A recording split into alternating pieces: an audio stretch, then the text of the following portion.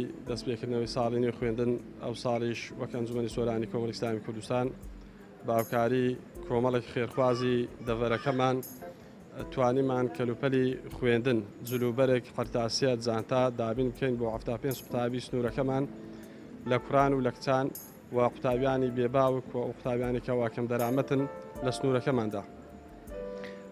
ئەوەی جێ دڵخۆشیە ئەو ساڵیش دڵخۆشکردنی ئەو کۆمەڵە قوتابیە کە لە سنوورەکەماندا هەیە و لێرەوەشەوە داواکەین لەو خێرمەند و خێرخوازانە کە بەردەوام بن بە بەخشینی هاوکاریەکانیان بۆی ئەو بەرنامەمان ئەو پرۆژەمان کە پرۆژەی بێباوکان و منداڵی کەم دەرامەتن سەرکەوتوو بن و لە هەر بۆنێکدا ئێمە پشتیوان بەخوای تەعالە هەوڵەدەین هاوکاریان بکەین. ئەگەر وەرزی خوێندنە لە جلوبەرگ و قوتاسیە و شتیوە، ئەگەر وەرزی سەرماوسۆڵەیە بە هاوکاریکردنی نەوت بتوانین سودمەندیان کەین.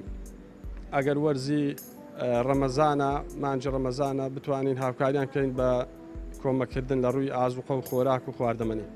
لێرەوە دووبارە و سێبارە داوای دەستخۆشیان لێکەین خوای گەورە موفەقیان کە سەربەرز و سەرفرازیان کە بەردەوامیان کە هاوکاریان کردین لەو پرۆژێدا.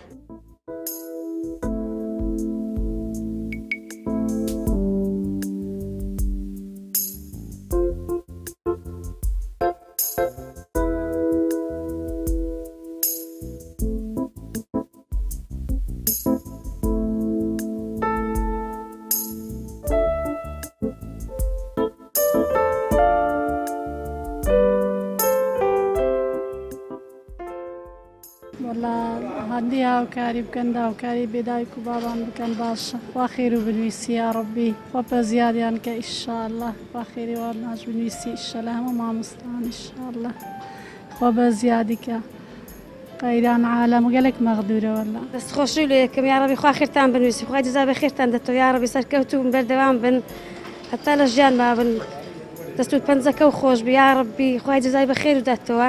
زۆر مەمنونین، زۆر سپاسیانەکەین، سپاسی ئەو هاوکاریەکەین هەم ئێ خێرمەندەکان هەم حیزبەکەی حیزبی کۆمەڵی ئیسلامیە زۆر سپاسیەکەین بە هەموو نوعچی بەسەرمانەکەنەوە، بە هەموو نوعچی ئاگداری منە، بە هەموو نوعچی یعنی ئاگانە خەڵکی فەقیرە لە کاتی مەکتەبێ لە کاتی اختصاصدان دادێ ڕەمەزانە بە هەموو کاتە چی هاوکاری نەکەن. زۆر مەمنونیانی زۆر سپاسیانەکەین.